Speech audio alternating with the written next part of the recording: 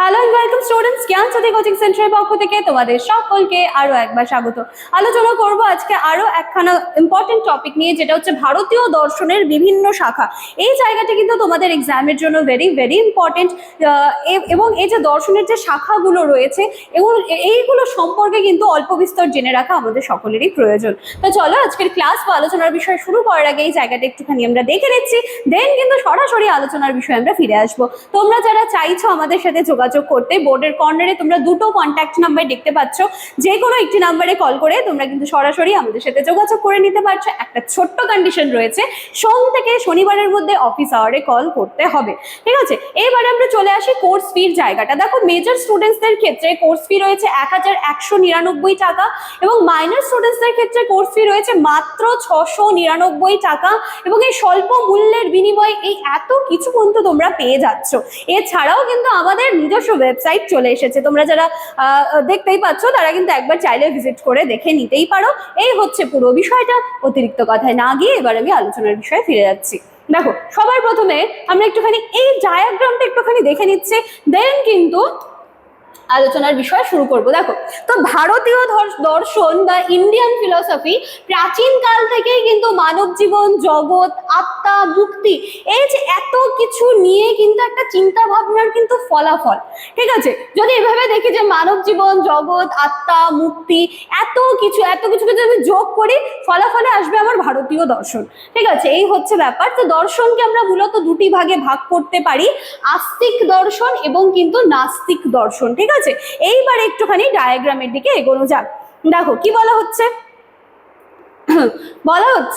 দেখো, ভারতীয় দর্শন দুটি ভাগে আমি ভাগ করছি, আস্তিক দর্শন, নাস্তিক দর্শন। এভাবে আস্তিক দর্শনের কিন্তু আরো কিছু বিভাগ রয়েছে, যেমন ন্যায় দর্শন, বৈশেষিক দর্শন, সাংখ্য দর্শন, এবং নাস্তিক দর্শনে রয়েছে বৌদ্ধ, জৈন এবং চার্বাক দর্শন। এছাড়াও সাংখ্য দর্শনের এই যে জায়গাটি রয়েছে, এখান থেকে দেখো আরো তিনখানা দর্শন কিন্তু তোমরা দেখতে পাচ্ছ, ঠিক আছে? যোগ দর্শন, মীমাংসা দর্শন এবং বেদান্ত, এই জায়গাগুলো রয়েছে।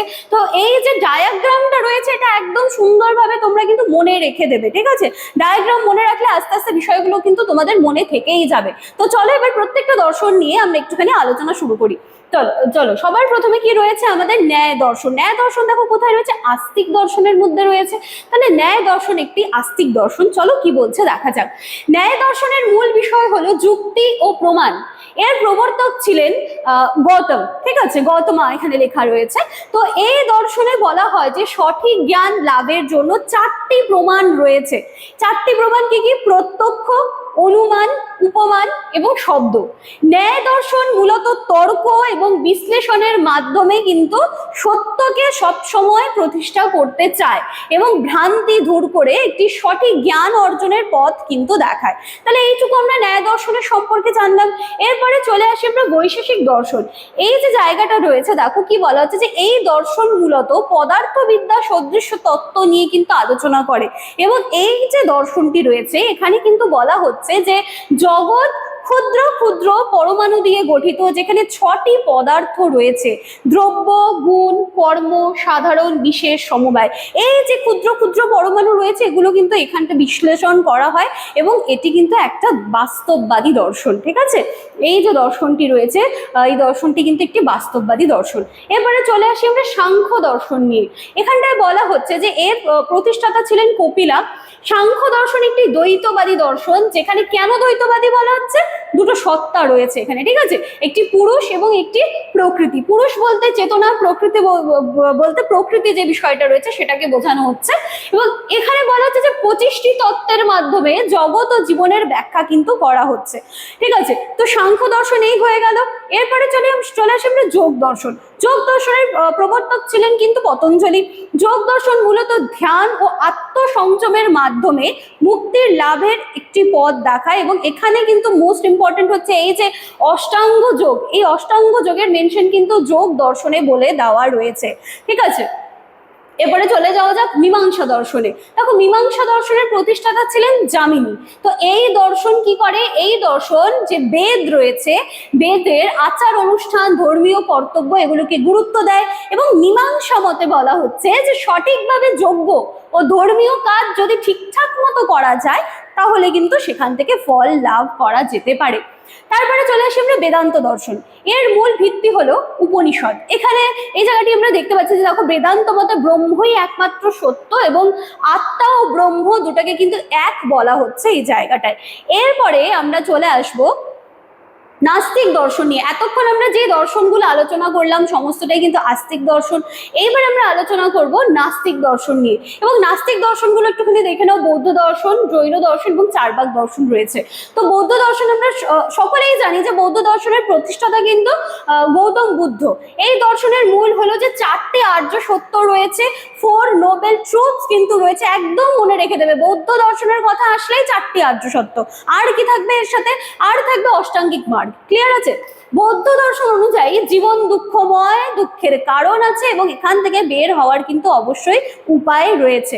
ঠিক আছে, তারপরে চলে আসি আমরা জৈনিজম বা জৈন দর্শনে। এখানটায় কি বলা হচ্ছে যে জৈনিজমের প্রচারক ছিলেন মহাবীর। এই দর্শনের মূল নীতি হলো যে অহিংসা, সত্য, অপরিগ্রহ।